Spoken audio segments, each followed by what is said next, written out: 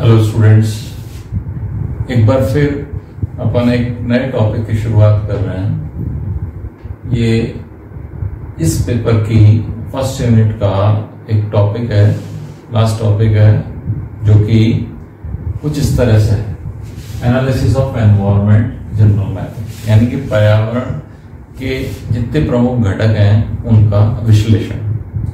ये एक इस तरह का टॉपिक है जिसको यूनिवर्सिटी के सिलेबस में बहुत ज्यादा विस्तार पूर्वक उसमें क्या पढ़ना है, कितना पढ़ना है, कैसे पढ़ना है, वो एलैबोरेट करके नहीं दिया हुआ। लेकिन फिर भी मेरा प्रयास ये रहेगा कि जितने भी इम्पोर्टेंट एनवायरमेंटल फैक्टर्स हैं, जिसमें से तीन, एक तो जल, एक मिट्टी सॉइल और एक एयर वायु, इन तीनों के बारे में अपन थोड़ा सा डिटेल में स्टडी कर लेते हैं, ताकि ये पता रहे कि इनकी उपयोगिता किस संदर्भ में कितनी है, क्या है, दोनों ही तरह से, एग्जाम पॉइंट ऑफ व्यू से भी और अपने जनरल जो इंफॉर्मेशन है, जो जानकारी है, उस पॉइंट ऑफ व्यू से भी। ठीक है ना। तो जब अपन इस टॉपिक को पढ़ते हैं तो आपने को ये समझ में आता है, एनालिसिस को आप सब जानते हैं, एनालिसिस का मतलब होता है विश्लेषण करना। तो अपन पर्यावरण के जितने भी कारक हैं, इनमें से तीन को खासतौर से स्टडी कर रहे हैं। जैसे मैंने बताया आपको, वाटर क्वालिटी, जल की गुणवत्ता, सॉइल क्वालिटी, मिट्टी की गुणवत्ता, एयर क्वालिटी, वायु की गुणवत्ता, उनका अध्ययन कर रहे हैं, क्योंकि स्वास्थ्य से सीधे संबंध रखते हैं। सबसे पहले अगर अपन देखें इसके अंदर मेजरमेंट ऑफ वाटर क्वालिटी, जल, उसकी गुणवत्ता, उसका विश्लेषण कैसे किया जाए। तो जल के अंदर बहुत सारे ऐसे पैरामीटर्स हैं जो अलग अलग संदर्भों में काफी यूजफुल होते हैं। अपने को सबको पता है, अपने शरीर का एक प्रमुख घटक है जल। ठीक है ना। इसी तरह से प्लांट्स को भी सबसे इंपॉर्टेंट जो कंपोनेंट चाहिए होता है वो होता है उनके अंदर पानी। अब पानी की जो गुणवत्ता है, आजकल अपन देखते हैं कि प्रदूषण इतना बढ़ गया है, हर तरह का प्रदूषण बढ़ गया है। तो जल प्रदूषण भी अपने आप में एक बड़ी समस्या है, चैलेंज है। तो जल में किस किस प्रकार की अशुद्धियां हो सकती हैं और उन अशुद्धियों को किन पैरामीटर्स पे अपन कैलकुलेट करके ये निर्धारित कर सकते हैं वैज्ञानिक दृष्टिकोण से कि ये जल अपने लिए यूजफुल, उपयोगी हो सकता है या नहीं हो सकता, खेती के लिए उपयोगी हो सकता है, नहीं हो सकता, पशुओं के लिए उपयोगी हो सकता है, नहीं हो सकता। और अगर कुछ एक अपने को बातें पता चल जाए कि ये हैजार्डस है, ये हानिकारक है, तो अपन उसको फिर उस प्रॉब्लम को रेक्टिफाई करने का, उसको जो है ठीक करने का प्रयास करते हैं। ठीक है। तो इसमें ये पॉइंट है कि जल प्रदूषण के नियंत्रण हेतु जो पॉल्यूटेंट्स हैं, उसके अंदर जो प्रदूषक मिले हुए हैं, जिनके कारण से वो जल अशुद्ध की कैटेगरी में आ जाता है, उनकी जानकारी अपने को लेनी होती है। तो जल के विश्लेषण हेतु प्रमुख उपयोगी एनालिटिकल मेथड्स क्या क्या हैं। सबसे पहले अपन देखते हैं डिसॉल्व्ड ऑक्सीजन, पानी में कितनी ऑक्सीजन घुली हुई है, जल की पीएच, जल के अंदर जो बायोलॉजिकल ऑक्सीजन डिमांड है, जल के अंदर जो केमिकल ऑक्सीजन डिमांड है, जल की जो टर्बिडिटी है, जिसको अपन हिंदी में बोलते हैं गंदलापन है, मैलापन है, और उसके अंदर घुले हुए सॉलिड्स है। तो इन सब की एक स्टैंडर्ड मात्रा जो होती है वो अपन एनालिटिकल मेथड से ज्ञात कर सकते हैं कि सब इस स्टैंडर्ड या इस पैरामीटर में होगा तो ये जल इस काम पे आ सकता है। तो अपन वन बाय वन इनको देखते हैं कि डिसॉल्व्ड ऑक्सीजन, सबसे पहले अपन देखते हैं कि डिसॉल्व्ड ऑक्सीजन को किस तरह से नापा जा सकता है और ये किस प्रकार उपयोगी है।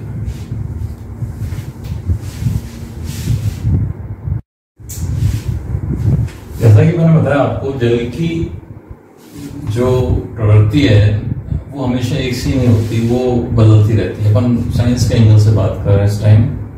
ठीक है। तो यहाँ पे अपने को कुछ एक पैरामीटर्स की स्टडी करनी है। उसमें से पहला क्या लिया अपन ने, जल के अंदर घुली हुई ऑक्सीजन। जल के अंदर जो घुली हुई ऑक्सीजन है, ये जलीय जीवों के लिए महत्वपूर्ण होती है, उनके सर्वाइवल के लिए जरूरी है, ये अपन जानते हैं। अब ये ऑक्सीजन, जैसे मान लीजिए सरफेस वाटर है, खुला हुआ जल है, उसके अंदर तो एटमॉस्फेयर से आ जाती है ये ऑक्सीजन। और अगर मान लीजिए ये भूजल है, ग्राउंड वाटर जिसको अपन बोलते हैं, अंडरग्राउंड वाटर, जमीन के गर्भ में जो जल है, वो जल जब सतह पर आता है, सतह की ओर आता है, तो जब वो सतह की ओर आता है तो उस दौरान सतह पर आते के समय, उस समय ऑक्सीजन ऐड कर दी जाती है एटमॉस्फेयर से, क्योंकि नीचे इस तरह का मैकेनिज्म काम नहीं कर रहा जिससे कि वो ऑक्सीजन उस पानी में अपने आप घुल जाए। लेकिन ये जो रेशियो, ये जो अमाउंट है डिसॉल्व्ड ऑक्सीजन का, ये अलग अलग तरह के पानियों में अलग अलग तरह का होता है। अपन ये नहीं कह सकते कि साहब इतना % जल सॉरी इतनी % ऑक्सीजन हमेशा मिलेगी आपको। अगर एक ब्रॉड आइडिया लें तो अपन देखते हैं कि जल का जो रासायनिक सूत्र है H2O, तो H2O यानी कि O तो उसके अंदर पहले से ही है, लेकिन क्या उस ऑक्सीजन को जलीय यूज कर सकते हैं? नहीं कर सकते हैं, क्योंकि उनको चाहिए होती है फ्री ऑक्सीजन। ये फ्री ऑक्सीजन उसके अंदर डिजॉल्व रहती है, उसके अंदर घुली रहती है। और एक इंपॉर्टेंट फैक्टर होती है ऑर्गेनिज्म के सर्वाइवल के लिए, जीवित बने रहने के लिए। अपन सब जानते हैं कि अगर जल प्रदूषित हो जाएगा तो उसके अंदर डिजॉल्व ऑक्सीजन का अमाउंट कम हो जाएगा, और वो जीवों के लिए ठीक बात नहीं है। नॉर्मली एक स्टैंडर्ड कंडीशन के अंदर अगर अपन देखें साइंस के एंगल से तो अप्रोक्सीमेटली 10 लाख जल के अणुओं के ऊपर 10 ऑक्सीजन के अणु होते हैं। ठीक है, ये रेशियो है, ये अनुपात है। पृथ्वी पर जैसा कि मैंने बताया आपको, जो सतह है उस पे जो जलाशय हैं जिसमें सब आ गया, नदी, झील, तालाब वगैरह, उसमें वातावरणीय ऑक्सीजन प्रवेश कर जाती है। और इसी प्रकार जब भूजल नीचे से ऊपर आता है, सतह पर आता है, तो उसमें ऑक्सीजन ऐड कर दी जाती है। एक पॉइंट और कि जो तेजी से बहने वाला जो जल है, या सीधे भाषा में बहने वाला जो जल है, उसके अंदर जो डिजॉल्व ऑक्सीजन का जो अमाउंट है वो as compare to stagnant water यानी कि रुके हुए जल से तुलनात्मक रूप से अधिक होता है, क्योंकि वो कंटिन्यू फ्लो कर रहा है, उसके अंदर कंटिन्यू कोई ना कोई चीज ऐड करती जा रही है, रिमूव करती जा रही है। ठीक है, एक पॉइंट याद रखना है, पॉन्ड्स और लेक का वाटर है स्टेगनेंट वाटर की कैटेगरी में आता है ना। नदी, झरना, ये सब कैसा है? रनिंग वाटर में आता है। रनिंग वाटर में डिजॉल्व ऑक्सीजन हमेशा ज्यादा रहेगी, तो उसके अंदर लाइफ ज्यादा अच्छे से सस्टेन करती है। इसके अलावा जो पानी होता है उसके अंदर हमेशा बैक्टीरिया होता है माइक्रोब्स के रूप में, और वो जल में उपस्थित जो ऑर्गेनिक मैटर है, जो कार्बनिक पदार्थ है, जो उसके अंदर प्राकृतिक रूप से बनता भी है और आता भी है, उस कार्बनिक पदार्थ को जब बैक्टीरिया डिकम्पोज करता है, अपघटित करता है, तो वो उस ऑक्सीजन को कंज्यूम कर लेता है। ठीक है, जब ऑक्सीजन को कंज्यूम कर लेगा तो नेचुरल है ऑक्सीजन जो पानी में घुलेगी उसकी मात्रा दूसरे जीवों के लिए कम हो जाएगी, वो उसका हिस्सा ले लेता है बैक्टीरिया। तो ये चीज अपन आने वाले टॉपिक के अंदर धीरे धीरे जैसे अपन आगे बढ़ रहे हैं उसको देखेंगे। तो अपने को बेसिक चीज ये पता होनी चाहिए कि जो पानी है उसमें जो ऑर्गेनिक मैटर है उसके डिकम्पोजिशन के लिए बैक्टीरिया ऑक्सीजन को कंज्यूम कर लेता है। ठीक है, आगे बढ़ते हैं।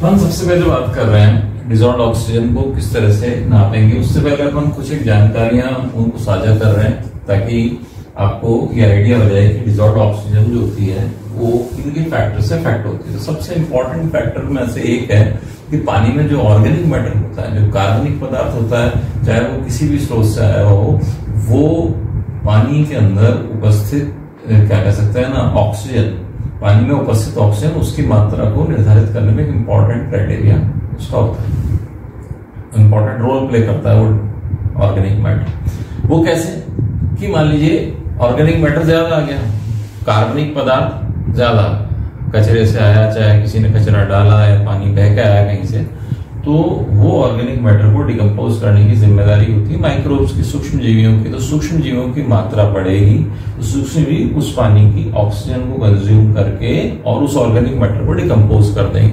तो ऐसे में क्या होगा कि वो जो जलाशय है, वो जो वाटर बॉडी है, वो धीरे धीरे मरने लग जाएगी, डाई ऑफ हो जाएगी, वो खत्म हो जाएगा धीरे धीरे सिस्टम।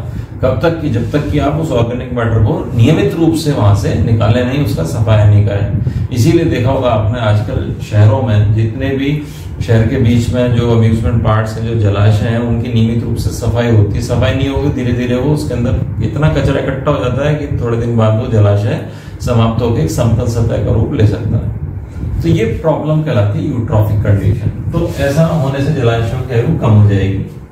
दूसरा फैक्टर ये है कि डिजॉल्व्ड ऑक्सीजन को प्रभावित करने वाला जो कारक है वो होता है तापमान।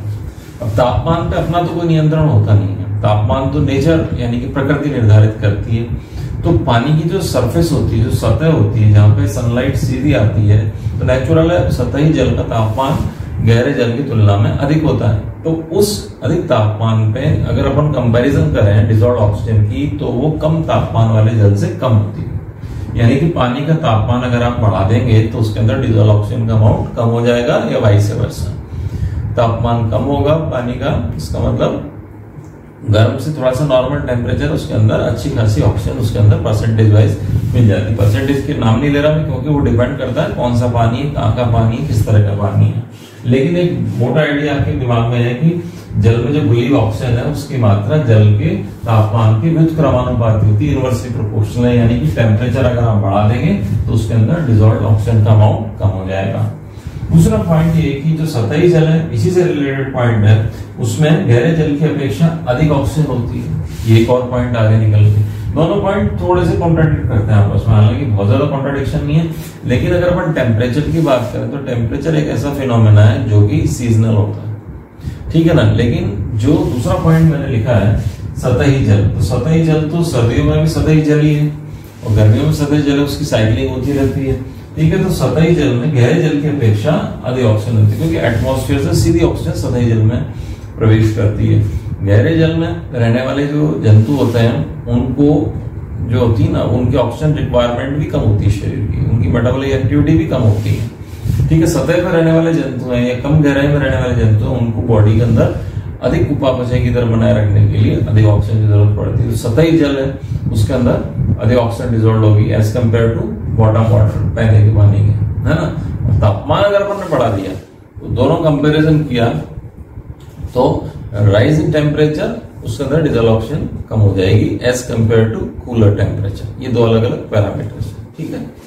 आगे बढ़ते हैं कि जल के अंदर जो डिसॉल्व ऑक्सीजन है उसको अपन किस प्रकार ज्ञात कर सकते हैं। तो देखिए आजकल तो 21वीं सदी में चल रहे हैं अपन, सारा काम मशीन ही होता है, ठीक है ना, पलक झपकते काम हो जाता है। अब दो तरह से काम हो सकता है, एक तो है प्रयोगशाला के अंदर और एक है साइट पे जाके। साइट का मतलब है जलाशय के अंदर जाके उस जल को वहीं के वहीं अपन ने डिसॉल्व ऑक्सीजन उसके अंदर मेजर कर ली, ठीक है। तो ये अपन जो मेथड डिस्कस कर रहे हैं यहाँ पे बेसिकली लेबोरेटरी के अंदर काम में लिया जाने वाला मेथड है। साइंटिस्ट के नाम पर इस मेथड का नाम है, इस टेस्ट को अपन बोलते हैं रिंकलर टेस्ट, जिसकी सहायता से अपन जल में घुली हुई ऑक्सीजन की मात्रा ज्ञात करते हैं। रिंकलर टेस्ट की जो केमिस्ट्री है वो कुछ इस प्रकार है कि जो गिवन वाटर सैंपल है उसमें अपन ने मैंगनीज आयन ऐड किए और ये मैंगनीज आयन उस जल में उपस्थित लगभग पूरी ऑक्सीजन से रिएक्ट करके मैंगनीज डाइऑक्साइड का प्रेसिपिटेट बना देता है, अवक्षेप बना देता है, ठीक है। नेक्स्ट स्टेप क्या होता है कि आयोडीन के जो आयनिक फॉर्म है उसको ऐड किया जाता है जो MnO2 से रिएक्ट करते हैं और इससे ये आयोडीन I2 इसका निर्माण हो जाता है और ये मैंगनीज आयन स्वतंत्र हो जाते हैं, ये फ्री हो गई। अब इसकी मात्रा अपन ज्ञात कर लेते हैं टाइट्रेशन करके। सोडियम थायोसल्फेट के साथ अपन ने टाइट्रेशन की सहायता से आयोडीन की मात्रा ज्ञात कर ली, ठीक है। तो समस्त डिसॉल्व्ड ऑक्सीजन जो होती है अपन देखते हैं कि मैंगनीज आयन के साथ ऐड हो जाती है। पानी का जो सैंपल है उसमें अपन ने जब ये मैंगनीज आयन ऐड किए तो ये ऑक्सीजन उससे कंबाइंड हो गई, MnO2 का प्रेसिपिटेट बन गया। MnO2 का प्रेसिपिटेट बनने के बाद में अपन ने उसी के अंदर आयोडीन आयन ऐड किए तो आयोडीन ने उससे सॉल्यूशन में रिएक्शन हुआ और ये रिएक्शन हुआ जिसमें ये आयोडीन I2 के फॉर्म में सेपरेट हो गई, ठीक है। अब इस आयोडीन को सोडियम थायोसल्फेट की सहायता से टाइट्रेट करके अपन ने क्या किया, आयोडीन की मात्रा ज्ञात कर ली। तो कंसेप्ट क्या है कि जितने भी डिसॉल्व्ड ऑक्सीजन है वो मैंगनीज आयन से जुड़ जाएगी और MnO2 की मात्रा जल में घुली हुई ऑक्सीजन के बराबर से हो जाती है कि जितना MnO2 बना उतनी की उतनी क्या कह सकते हैं ना ऑक्सीजन उस जल में उपलब्ध है, समानुपाती होती है। ये पानी के अंदर डिसॉल्व्ड ऑक्सीजन को नापने का एक तरीका है जिसको हम प्रयोगशाला में कर सकते हैं। और एक ये पॉइंट है कि जो फ्रेश वाटर होता है उसके अंदर जो डिसॉल्व ऑक्सीजन की जो मात्रा होती है वो होती है लगभग 6.5 to 8 मिलीग्राम पर लीटर, इतनी डिसॉल्व ऑक्सीजन होती है स्टैंडर्ड कंडीशंस के अंदर, ठीक है। देखिए एक छोटा सा एक पैमाना है ये समझने के लिए कि पानी में जो डिसॉल्व ऑक्सीजन है वो लाइफ को, पानी की जो लाइफ है उसको किस तरह से प्रभावित करती है, खासतौर से फिशेस को। तो अपन क्या देखते हैं कि अगर डिसॉल्व ऑक्सीजन की मात्रा बहुत ही कम है 0 to 4, इसकी जो यूनिट है वो होती है आपको भी पता है मिलीग्राम पर लीटर। अगर 0 to 4 मिलीग्राम पर लीटर है तो सारी फिशेस की डेथ हो जाएगी, चाहे छोटी हो चाहे बड़ी। अगर ये डिसॉल्व ऑक्सीजन थोड़ी सी अधिक है क्या होगा, बड़ी मछलियां तो बच जाएंगी लेकिन बहुत कम मछलियां जो होती है ना वो बच पाएंगी इसके अंदर। ये एक ऐसी रेंज है 6.5 to 9.5 मिलीग्राम पर लीटर ऑक्सीजन है, तो इसके अंदर लार्ज फिशेज जो है वो अच्छे से सर्वाइव करेंगी, लेकिन छोटी फिशेज जो है उनकी डेथ हो सकती है। लेकिन जब अपन देखते हैं कि डिजॉल्व ऑक्सीजन का अमाउंट 9.5 से लेकर 12 तक है, तो ये सभी फिशेज अच्छे से जीवित रहती हैं। तो फास्ट सोर्स से ये दो जगह काम में लिया जाता है डेटा। एक तो होता है एक्वेरियम में। एक्वेरियम आप सब जानते हैं कि एक कांच का एक चैम्बर है, उसके अंदर पानी होता है, उसके अंदर मछलियां रखी जाती हैं, ऑर्नामेंटल फिशेज होती हैं खूबसूरती बढ़ाने के लिए, या फिर जो नेचुरल इकोसिस्टम है, पॉन्ड है, लेक है, मैरीन इकोसिस्टम है, वहां पर इसको अपन नाप के और फिशेस की जो लाइफ होती है ना उसके बारे में अंदाजा लगा सकते हैं कि इतनी ऑक्सीजन है तो ये कंडीशन रहेगी। नेचुरल पॉल्यूटेड वाटर होगा, उसके अंदर डिजॉल्व ऑक्सीजन कम हो जाएगी, ठीक है ना। दूसरा जो मेथड है, एक तो भी अपन ने देखा है रिंकलर मेथड, दूसरा मेथड है जो आजकल एट द साइट, यानी कि जहां पे अपने को एक्चुअल में वाटर बॉडी में जो डिजॉल्व ऑक्सीजन देखनी है तो अपन ये काम में लेते हैं। इसका नाम है यंत्र का कैलिब्रेटेड डिजॉल्व्ड ऑक्सीजन सेंसर होता है, सेंसर बेसिकली। तो इसके अंदर एक सेंसर लगा रहता है, एक यंत्र है, छोटा सा यंत्र होता है, उसको अपन कहीं पे भी पोर्टेबल होता है, कहीं पे भी ले जा सकते हैं और उसको पानी के अंदर डिप करके उससे डिजॉल्व ऑक्सीजन अपन मेजर कर सकते हैं। इसके यंत्र का नाम है कैलिब्रेटेड। कैलिब्रेटेड का मतलब है इसका खुद का कैलिब्रेशन होता है कि ये सही है नहीं, कैलिब्रेटेड रहता है और डिजॉल्व ऑक्सीजन सेंसर कहलाता है, ठीक है। इसकी सहायता से अपन डिजॉल्व ऑक्सीजन पता कर सकते हैं। डीओडी यानी कि बायोकेमिकल ऑक्सीजन डिमांड, ये बेसिकली पानी के अंदर जो डिजॉल्व्ड ऑक्सीजन है उसकी मात्रा को ज्ञात करने का एक इनडायरेक्ट मेथड है, प्रत्यक्ष विधि है ये। डायरेक्टली नहीं, इनडायरेक्टली अपन ऑक्सीजन को देखते हैं। अब होता क्या है कि प्रैक्टिकली पानी जो होता है, स्टेगनेंट वाटर विशेषकर या रनिंग वाटर कैसा भी हो, उसके अंदर कुछ ना कुछ ऑर्गेनिक मैटर रहता है, कार्बनिक पदार्थ रहता है, ये प्रकृति का नियम। अब उस कार्बनिक पदार्थ को अपघटित करने के लिए, डिकम्पोज करने के लिए उसी जल में माइक्रोब्स यानी कि सूक्ष्म जीव भी उपस्थित रहते हैं। माइक्रोब्स जब ऑक्सीजन का उपयोग करके उस कार्बनिक पदार्थ का अपघटन करते हैं तो नेचुरल है जल में जो डिजॉल्व्ड ऑक्सीजन है उसका अमाउंट कम हो जाएगा, क्योंकि वो ऑक्सीजन किसने यूज कर ली, माइक्रोब्स ने यूज कर ली।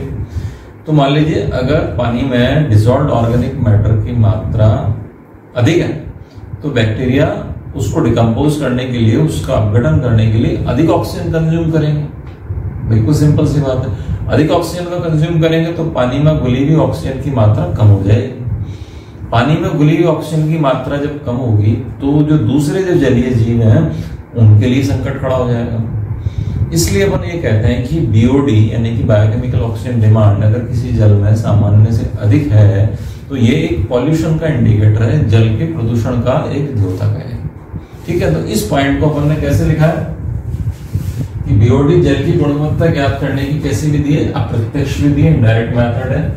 ये एक निश्चित समय काल में, निश्चित समय काल कितना होता है इसके अंदर 5 डेज का, 20 डिग्री सेंटीग्रेड पे अपन पानी को रख देते हैं और उस 20 डिग्री सेंटीग्रेड पे अंधेरे में, डार्क के अंदर रखते हैं पानी को, और वो बैक्टीरिया को और जितने भी सूक्ष्म जीव हैं उनको, अपन जितने भी ऑर्गेनिक मैटर है उनको अपघटन करने के लिए उनको छोड़ देते हैं। तो वो एरोबिक ब्रेकडाउन करते हैं और एरोबिक ब्रेकडाउन करते हैं, ऑक्सीजन का उपयोग करते हैं, तो वो ऑक्सीजन कितनी काम में है ये उसकी मात्रा है बेसिकली। बिल्कुल स्पष्ट शब्दों में लिख रखा है कि जल की गुणवत्ता ज्ञात करने की अप्रत्यक्ष विधि इनडायरेक्ट मेथड है। ये एक निश्चित समय काल में निश्चित तापमान पर जल में उपस्थित एरोबिक माइक्रोब्स द्वारा कार्बनिक पदार्थों के ऑक्सीजन अपघटन हेतु काम में ली गई ऑक्सीजन की मात्रा है, ठीक है। बीओडी की वैल्यू सूक्ष्म जीवियों द्वारा 5 दिनों तक, मैंने बता दिया आपको, 5 डेज तक रखा जाता है। स्टेगनेंट वाटर को अंधेरे में रखा जाता है, 20 डिग्री सेंटीग्रेड टेम्परेचर मेंटेन रहना जरूरी है, और उस पीरियड में कितनी ऑक्सीजन काम में आ गई उसको अपन मिलीग्राम पर लीटर में नापते हैं। इसका यूज, इसका सिग्निफिकेंस, इसका महत्व वो क्या है कि ये जल प्रदूषण का स्तर नापने हेतु काम में लिया जाता है कि पानी ज्यादा पॉल्यूटेड होगा तो बीओडी बढ़ेगी होगी। बिल्कुल सिंपल, डायरेक्ट प्रोपोर्शनल है। बीओडी सामान्य से अधिक है, ज्यादा पॉल्यूशन है, बीओडी नॉर्मल है, पानी भी नॉर्मल है। दूसरा, अगर अपन सीवेज ट्रीटमेंट प्लांट की बात करें, एसटीपी, यहाँ पे कचरे का निस्तारण किया जाता है, खासतौर से जो गंदा पानी आता है सीवरेज का, उस पानी का निस्तारण करने के बाद वो कितना साफ हुआ, तो कितना साफ हुआ इसका मतलब क्या है, उसके अंदर बीओडी कम हो जानी चाहिए, तभी तो पानी साफ माना जाएगा ना। तो उसके अंदर अपन उसकी सीवेज ट्रीटमेंट प्लांट एसटीपी की कार्यक्षमता ज्ञात करने हेतु अपन ये बीओडी को उपयोग में लेते हैं। बीओडी अधिक होगी, पॉल्यूटेड वाटर है, बीओडी कम होगी, प्योर वाटर है, इस तरह से। जब अपन बात करते हैं बीओडी, बायोकेमिकल ऑक्सीजन डिमांड, तो उसको मेजर करने के लिए मैंने बताया आपकी टिपिकल कांच की ग्लास बॉटल एक बिल्कुल अलग से आती है, इसके लिए लेबोरेटरी में उपलब्ध होती है वो बॉटल। उसके अंदर इसको अपन जल के सैंपल को रखते हैं। अब जल के सैंपल को रखने के बाद में उसको अपन 20 डिग्री सेंटीग्रेड पे डार्क प्लेस पे छोड़ देते हैं। लगभग 5 दिन बाद उस जल को देखते हैं और उसके अंदर फिर अपन ऑक्सीजन की मात्रा निकालते हैं। ठीक है, तो अनपॉल्यूटेड रिवर वाटर है, मान लीजिए स्वच्छ नदी का जल है, बहता हुआ जल है, उसके अंदर ये बीओडी बहुत ही कम होती है, लेस देन 1 मिलीग्राम पर लीटर ये वैल्यू आएगी। ये एक स्टैंडर्ड वैल्यू स्वच्छ जल की। उसके बाद में मॉडरेटली पॉल्यूटेड रिवर, जिसके अंदर ठीक ठाक प्रदूषण, मॉडरेट का मतलब होता है बीच का, तो उसके अंदर बीओडी 2 to 8 मिलीग्राम पर लीटर आती है, थोड़ी सी बढ़ गई। ये पानी पीने लायक है, घर में काम में लायक लेने के नहीं है। ठीक है, अनट्रीटेड सीवेज, बिल्कुल नाली का पानी है, गंदा पानी, उस पानी में नेचुरल बीओडी बहुत ज्यादा होता है, ऑर्गेनिक मैटर बहुत ज्यादा होता है, 200 से लेके 600 मिलीग्राम पर लीटर तक हो सकती है उसके अंदर बीओडी। तो ये जल तो किसी भी लायक नहीं है, काम में लेने लायक तो है नहीं, खेती के भी लायक नहीं, किसी भी लायक नहीं होता। और अगर अपन ने पानी को, गंदे पानी को एसटीपी पे लाए, सीवेज ट्रीटमेंट प्लांट में लाए, उसमें उस पानी की प्रोसेसिंग की, उसके अंदर से पहले सॉलिड वेस्ट को निकाला, फिर और प्रेसिपिटेट करा, जो भी प्रोसेसिंग होती है एसटीपी के अंदर, वो प्रोसेसिंग करके जब अपन फाइनली उस वाटर को देखते हैं तो उसके अंदर ये बीओडी जो होती है वो 20 मिलीग्राम पर लीटर से कम होनी चाहिए, ताकि इस पानी को अपन एटलीस्ट एग्रीकल्चर या किसी दूसरे रफ काम में ले सके। तो ये एक स्टैंडर्ड वैल्यूज है बीओडी की। ठीक है।